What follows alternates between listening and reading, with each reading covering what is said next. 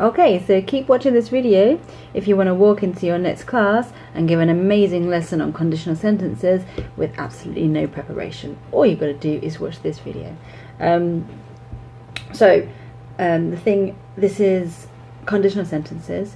It's more or less B2 level, B1 plus level, probably from the age of about 14 up until adults. So from that kind of age or that kind of level, they will have studied conditional sentences in the past. So what we don't want to do is bore them with repetitive like grammar drills or whatever. It's I want you to start the lesson by eliciting what they know, but you've got to guide them in a way. So we're going to guide them with questions. First of all, we're going to talk about the zero conditional. You can write that down on the board on a piece of paper. You don't have to have anything. You just walk into the class with this. You can write it down on the board, zero conditional, and then ask the question orally. What do you do if it rains? Elicit the answer. If it rains, I take an umbrella, I stay inside or whatever, and then you write that down. So if it's a small group, you can write it down on a piece of paper, or if it's a larger group, you can write it down on the blackboard. Write down the suggestion that one of the people gives to you. So you take one of their suggestions, and then you need to say that this is present simple plus present simple. There's two sides, two clauses to it. The if clause uses present simple, and the other clause uses present simple as well. And this is for something which is always true. If it rains, I take an umbrella. So I'm going to put 100% here, and I'm going to just make sure that they understand that I can modify that 100% with an adverb, so usually. And then the next question is, what other word can I use instead of if? If it's 100% true, in this sentence, what word can I use instead of if? And of course the answer is when. When it rains, I take an umbrella. So I'm going to put when there. Okay, and then you just move on to the first conditional. You can say that you're talking about the first conditional, or you can not. The question is, if it rains on your birthday, what will you do? So obviously the birthday is in the future. It could rain, or it might not rain. It might rain, or it might not. There are two possibilities. Obviously, somebody's going to give you an answer. If it rains on my birthday, I will celebrate indoors. So that is with present simple. If it rains on my birthday, I will celebrate indoors. So present simple and will, you can write that down. Write that sentence. I've already written it down because I wanted to do it quite quickly, and that's going to be something that's more or less 50%. It could rain, or it might not. Then with this one here, you would introduce the word unless. You say, what word means if not? How can I say that word, that sentence, with another word? And the other word there is if not. So you can write the sentence down, or you can elicit the sentence from them. I will celebrate outdoors unless it rains. Okay, moving on to the second conditional. The second condition is something that's like really unlikely. It's really not going to happen. I'm going to put 10%. But my example is, what would you do if you won the lottery? It's not 10%. I wish it was. What would you do if you won the lottery? Somebody's going to give you an answer. If I won the lottery, I would buy a fast car, or I would go on holiday, blah blah blah. So it's the same thing. You just make sure that they realise that that is with the past simple and the would conditional, and ask them how would they make this sentence, how would they structure this sentence using the word unless. See if they can do that one. Then you'd move on to the third conditional. The third conditional is a bit more complicated, grammatically and conceptually, for me anyway. So I normally start with a simple question like, on the way to class today, did you see a robbery? Did you see a bank robbery? And they're like, no, I didn't see a bank robbery. So if you had seen a robbery in the street or a bank robbery, what would you have done? So that's just to make it click in the heads that it's impossible to change this because they didn't see a bank robbery. The answer would be, if I had seen a bank robbery or if I had seen a robbery, I would have run away. I would have called the police. I would have screamed, etc. And there at the bottom, I've just written down my examples. Okay, so you're going to put that there at the top. That's 0%. It's like impossible. It's impossible to change that because it's in the past. You didn't see the bank robbery. Right, I'm going to put this in a link, maybe in Drive or something like that, so that you can download it if you really want to. But really, the whole point of this is that you do it without materials. You don't have to prepare anything. You don't have to print anything. Really, it's something that you can just do. It looks like you did it off the top of your head, and you're like this amazing teacher, which of course you are. Then the next thing, that you can write some sentences. You can write them down on a piece of paper there and then if you can't be bothered or you haven't got time to prepare before the class. Or I've just got some written down here. And this is going to be a grammar auction. So what you're going to do is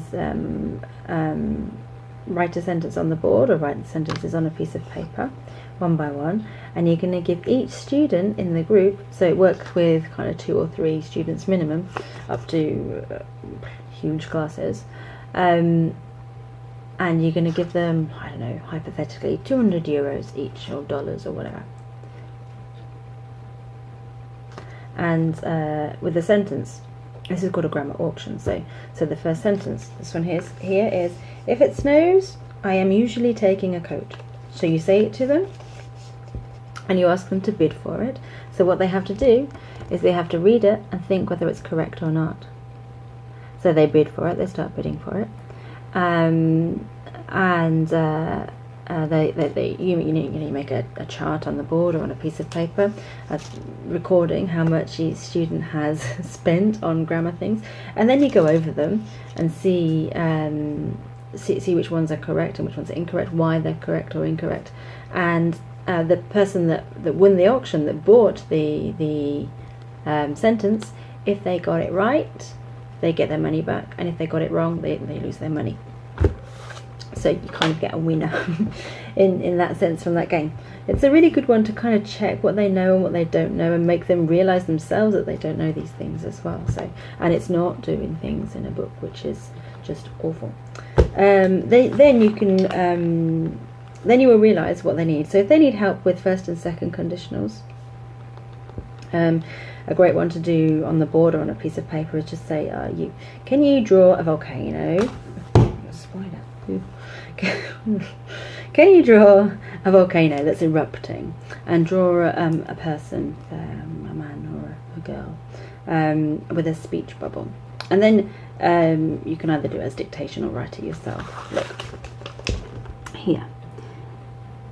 Oh, I'm such an artist. Wasted as an English teacher. Wasted. If the volcano keeps on erupting, I should run away. So you've got that on the board, and then in silence you just rub one of the words out, like run away. You rub out run, and then you mime to them, like, what word can we put there in its place? Try and get them. They could say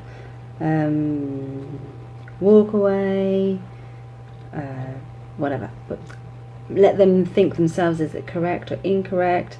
Eventually, when they settle on a word that's correct for that space, then rub another one off. So maybe you could rub out volcano, and maybe they could put the word boss. If the boss keeps on erupting, I should run away.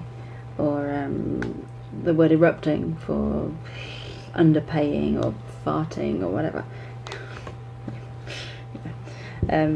So it's in silence, you rub out a word at a time, and the students replace it. So they keep thinking about the if structure.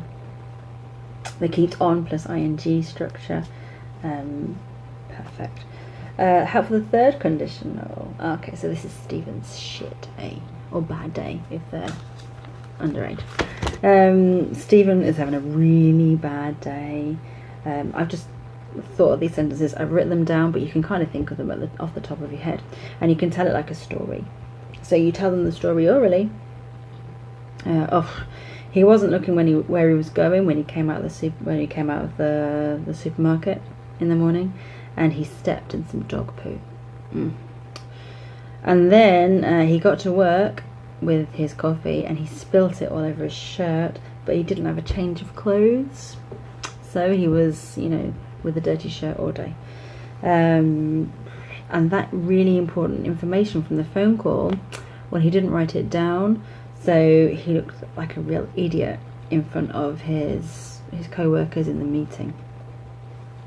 So a few little sentences like that, and what you need to get from them for the third conditional was, if he had been looking where he was going, he wouldn't have stepped in the dog poo. So I've only written the bad day things down there. Again, I'll try and get that online somehow onto Google Drive or something. And then that's it. I mean, maybe your students are following a book, which all students hate. There's no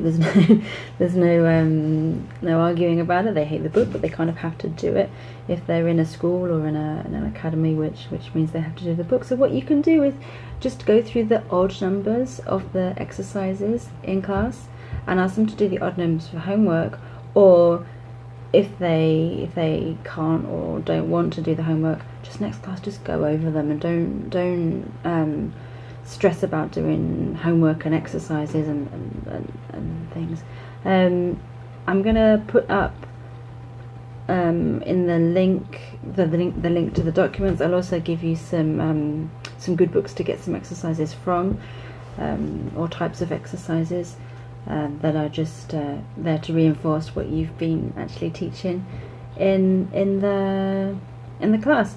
The follow-up class would obviously go over these exercises, and then the next step is to introduce words such as unless, as long as, and in case, provided that, and that will be the next stage.